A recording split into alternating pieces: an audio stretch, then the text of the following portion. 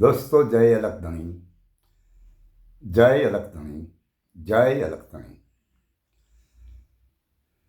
દોસ્તો, માણસને પોતાને જ્યારે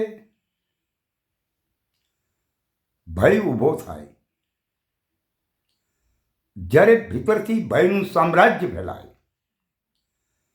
એટલે એના બોલ ફરી જાય, એની વાત ફરી જાય, એનું વર્તમાન ફરી જાય. આ સત્યની એક તાકાત છે. ભય તો ક્યારે ઊભો થાય કે જ્યારે હું ને તમે કોઈના જીવન સાથે ચેડા કરતા હોઈએ,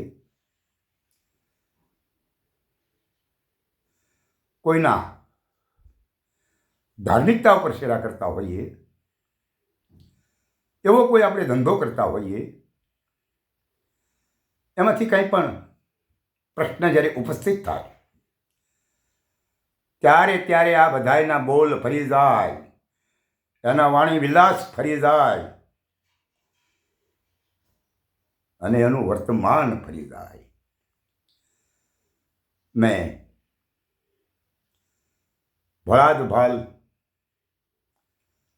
સુરાપુરા શ્રી તેજાજી રાજાજી, જેમના ભુવાશ્રી દાનભાઈનો એક વિડીયો ગઈ 30/7/2024 સાંભળ્યો અને મને બહુ મજા આવી. એટલા મજા આવી કે સારું કહેવાય કે આજ સુધી જે પોતે આ જનતાને અંધવિશ્વાસ, અંધશ્રદ્ધા જેમાં ડૂબાડી રાખતા હોય,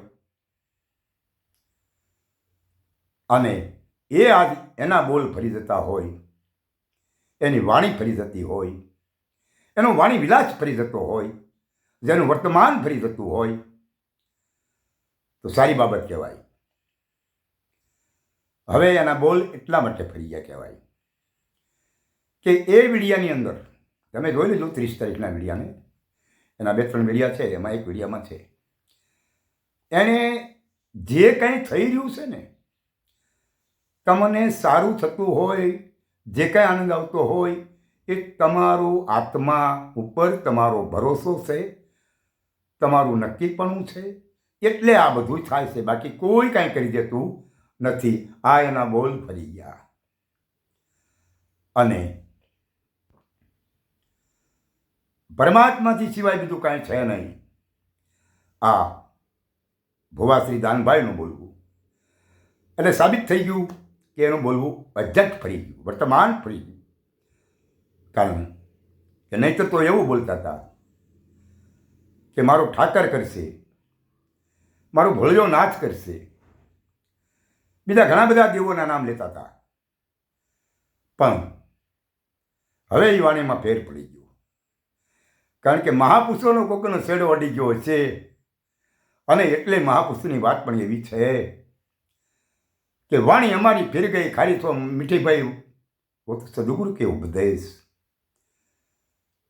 વાણી અમારી ફેર ગઈ ખારી સો મીઠી સદગુરુ કે ઉપદેશ.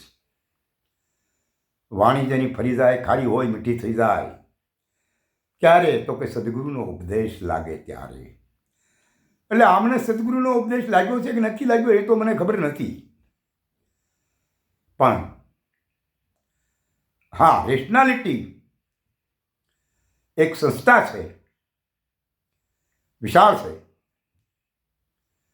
અને એમાં જે કામ કરે છે ને એ એવા પ્રકારનું કામ કરે છે સભ્યો. અંધવિશ્વાસ, અંધશ્રદ્ધા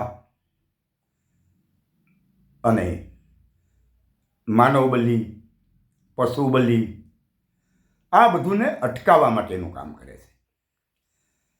અને જેમાં આ સંસ્થાએ બહુ સમયથી મહેનત કરી હતી કે ભાઈ આ વસ્તુ બંધ કરવા માટે સરકારે કાયદો ઘડવો જોઈએ અને એ રેશનાલિટીવાળાને ધન્યવાદ દેવાય કે જેઓએ આ સમાજના ઉદ્ધારક માટે આ અજ્ઞાનને અંધકારમાંથી બહાર લાવવા માટે આ ભોળી પ્રજાને સુધારવા માટે સાચા રસ્તે લઈ જવાના ઈરાદે જેમને સરકાર ઉપર દબાવ લાવી અને ગુજરાતમાં કાયદો પસાર કરવામાં આવ્યો અને એ કાયદો આજે અમલમાં આવ્યો. દાણા જોવા, ખોટી રીતે પૈસા પડાવવા, પશુ બલિ અપાવવા, માનવ બલિ આપવા, આ બધાની ઉપર કાયદો લાગુ પડ્યો. એટલે આ ભયનું સામ્રાજ્ય ફેલાણું, આ શબ્દો લાગુ પડી ગયા. એટલે બંધ કરવાનું કારણ બેઠકને આવડવા. સમાજ આગળ હજી એ પાછું જૂઠું તો બોલે જ છે કે મારે તમારું જોવું છે, તમને કેટલો વિશ્વાસ છે. એલા ભાઈ એવડે એને વિશ્વાસ ન હોત ને તો દાનભાઈ ને આટલું બધું માણા આવે તો નહીં. એ લોકોને તમારા બોલવા ઉપર વિશ્વાસ હતો ને એટલે જ આવતા હતા. અને હવે તો તમારી વાત ફરી ગઈ, તમારી વાણી વિલાસ ફરી ગયો, તમારું વર્તમાન ફરી ગયું. આ સાબિત છે કે ભાઈ સત્ય એ જ સત્ય રહે. કારણ કે તમારા મુખમાંથી ઈશ્વર સિવાય, પરમાત્મા સિવાય, પરમેશ્વર સિવાય કોઈ શબ્દો ન નીકળ્યા. એક જ વાત આવી કે ભાઈ તમારું નક્કીપણું હોય, તમને ભરોસો હોય ઈશ્વર ઉપર, તમને ભરોસો હોય પરમાત્મા ઉપર, તો બધું થાય. બાકી કોઈ દુનિયાનું કાંઈ પણ શક્તિ કોઈને મટાડતું નથી. આ શબ્દો સારી વાત કહેવાય. પણ હજી દાનભાઈ સાચી વાત તો જે રહીને એ મને તમને તો નહીં સમજાય ને